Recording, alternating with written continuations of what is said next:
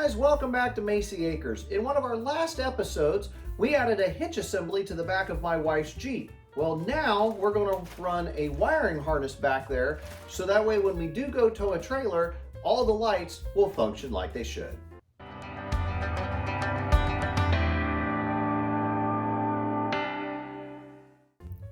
So the last Jeep we owned, that was a JK, all we had to do was run a wiring harness up into the rear taillight assembly, which made it very simple, very easy.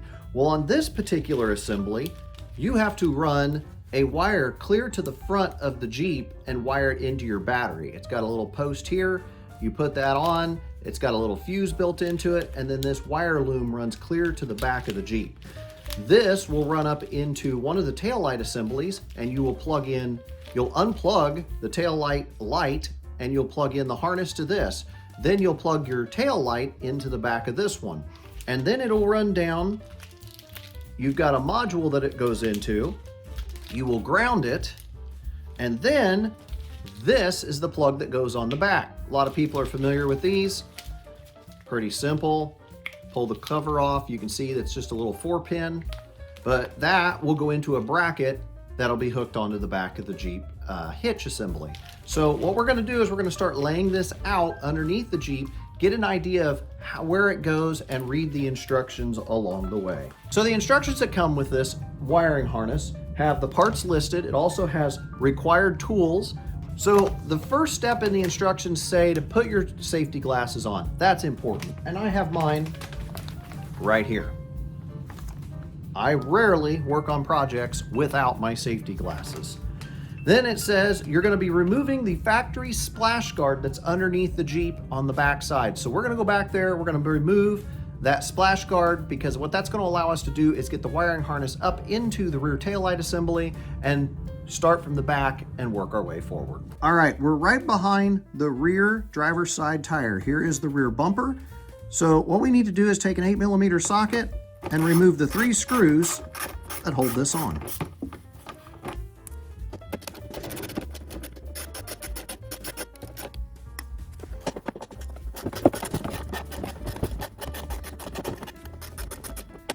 Okay, now that screw is out. We'll pull this bracket down. Now we're in the back corner of the Jeep. We need to remove this little cover right here. Okay, once you remove this cover, there is a T40 Torx screw that's down on the inside. Let's see if you can see it down in there. It's that little white screw down there. That's what holds your taillight assembly in place. So we're gonna set the camera there. All right.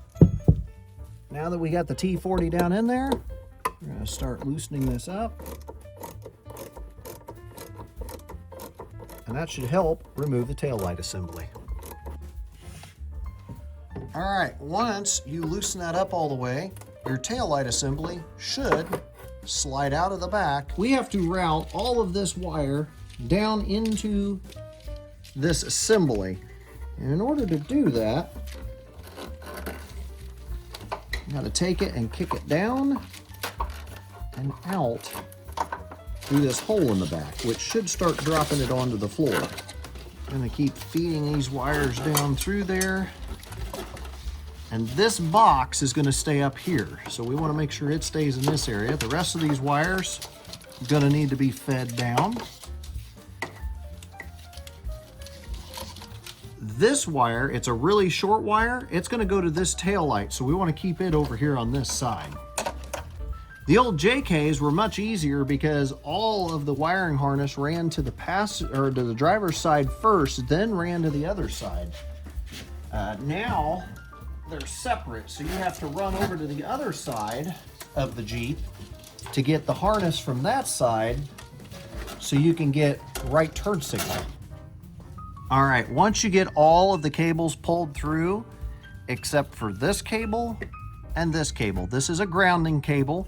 This is what's going to hook into your light assembly. So you want to keep those up here at this point. You don't want to try to tuck those down, but all the rest of the cables and wires are tucked down. What we have to do is we have to, on the back side of the taillight assembly, pull this red pin back, and then we have to disconnect this wiring harness that comes from the front of the Jeep. Now that you've gotten this released, we're gonna go ahead and cut this zip tie connector here because we're gonna loosen that up from this light assembly. I'll use some side cutters, pull that piece out of there. Make sure you don't cut the wire. Now that just frees up this harness, so it's gonna make it easier to hook it here in a little bit. Okay, what we did is we cut that loop off of there. There should be a hole that kind of goes through that. We're gonna try to see if we can't fit a zip tie back down through there and then tighten it back onto this assembly. All right, now we've trimmed this up to where that little hook is still there. We're gonna take this Y adapter, we're gonna plug it in. We're gonna push the safety in. That locks that into place, and if you notice, the wiring harness goes right over where that piece is, and they give you, in this kit, a bunch of zip ties. Here we go.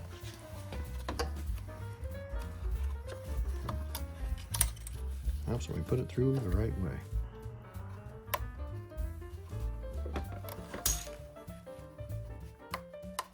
And we're gonna go ahead and feed it through that way. I'm gonna have to twist this over in order to make it work, but I think it'll work.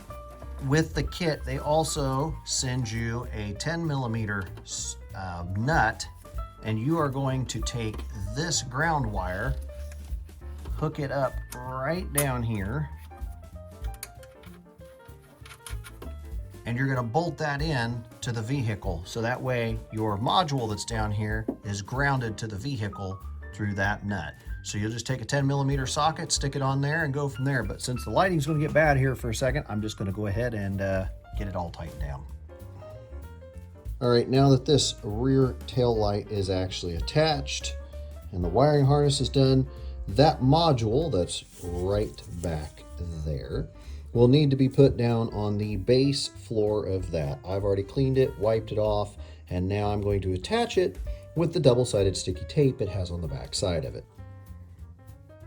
If you look down in there, we have attached the module to the floor. Now we're just going to put this light assembly back in place, attaching it using that T40 Torx socket. When you run your harnesses down from above, you're going to want to run them over your frame rail. After you run it over the frame, this is your harness piece that will go into your bracket here. I got to put the little wedge in there to make it fit a little tighter. But that'll go into there, and you'll run it down along the top side of the rail here, this back frame rail piece. There are clips that'll fit in, and if you feel on top of this frame, there's a little hole that this clip will go into, and that'll keep it up, tucked up away from the exhaust and protect it a little bit. Then there's another hole right up here that you connect into. And if I move my light around, you can see better. You can see that there's a little plug that goes there. Run it back up over the frame, and you're gonna dump it right into this other wheel well over here. We'll have to remove that cover in order to get to the Torx screw, so that just wedges right out of there. That's your cover. And here's your torque bit. Set that down in there. Put that on there. And you start loosening up your tail light assembly. All right, the right rear tail light assembly is out. This piece right here is part of your hinge assembly for your tailgate. You don't want to get in the way of that, but that round hole right down there is where we're going to try to feed that harness up. Let me get a little bit more light in there.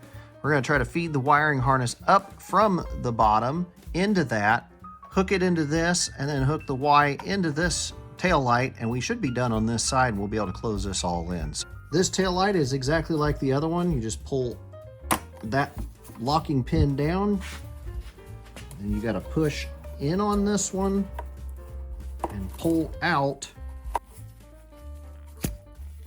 And there we go. That comes off just like that. Now you take your new wiring harness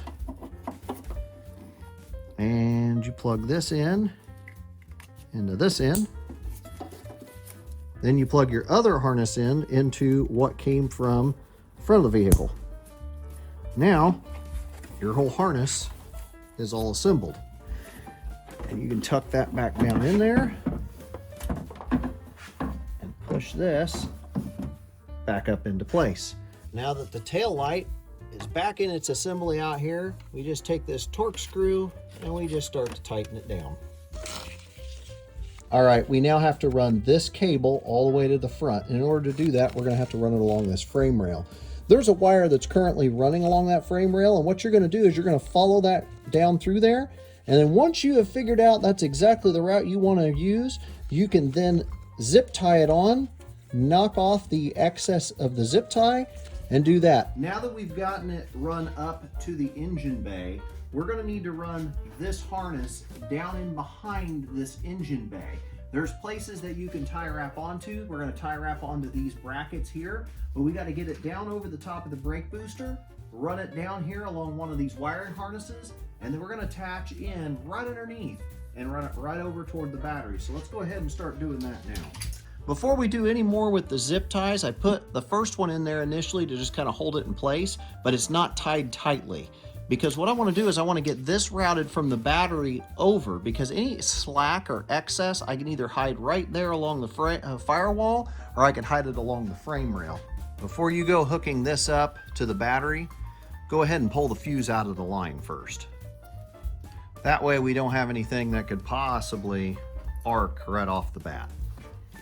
So we're going to take this, we're going to end up routing this right along here, and there's a wire flume that runs here. What we're going to do is we're going to pull this wire out. That's the factory wire. We're going to tuck our wire in first, then tuck the factory wire in behind it, and that should work. Now we're going to pull this off of here. All right, we have a couple of terminals we can connect to. That one might work. That one's going to work the best. So what we're going to do is we're going to loosen that up, tighten this down onto this terminal. Then that way we can make that work. This is going to be probably a 10mm socket, which I already have. We're going to go ahead and just loosen that up.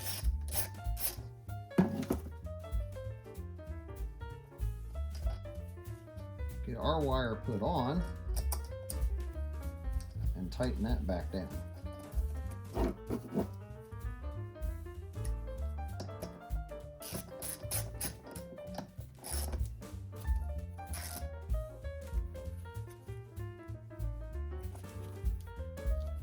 Now that should be able to run out from underneath of that. Now when we're all done up here, the last thing we'll do is we'll put this fuse back into its inline. So right now, let's reroute this wire up through here. Right here, we can actually tie in with a zip tie. All right, we have that wire flume tied right there. We're going to tie this one back on. That's the factory one. Try that again.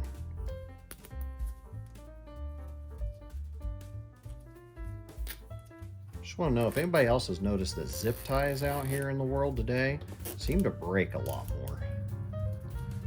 See, that holds that piece in. And then we're going to put another one on down here. And we're going to take some side cutters. Cut that off. And that's going to be held on there nice and tight. Cut that off. We're just going to keep making our way back across by pulling that other side out. Now if you look, we have a nice clean look with our wire harness. It goes straight across, goes in behind, drops down along the firewall. That's what you want, nice clean look. By the way, I've always liked these Jeeps because they're so much easier to work on. You can flip the hood all the way open. It's great. All right, finish this project up. We install our 10 amp fuse, shoving it down in there nice and tight. Close the cap, make sure no moisture gets up in it, and that part's done. All right, we now have the wiring harness hooked up into its bracket. We now have a 4-pin back here at the back of the Jeep. All right, guys, that's a wrap. We added the wiring harness on here. It gave us our 4-prong plug on the back, which gives you brake lights, gives you turn signals, and also gives you your running lights. It's gonna make it a lot safer, and it gives this Jeep even more capability. I'm loving these Jeeps. They're great, and they're so flexible.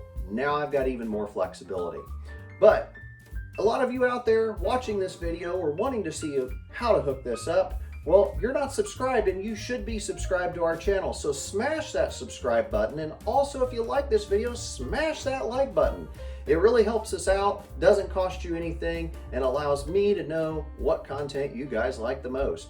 So we not only have content about our Jeep, but we have it about the Chevy Avalanche, my garden tractors, woodworking, electrical, DIY, gardening, the list goes on and on and on. So again, keep watching, subscribe, you'll get notifications when we post another video. And until next time, guys, I'll see you in that next video.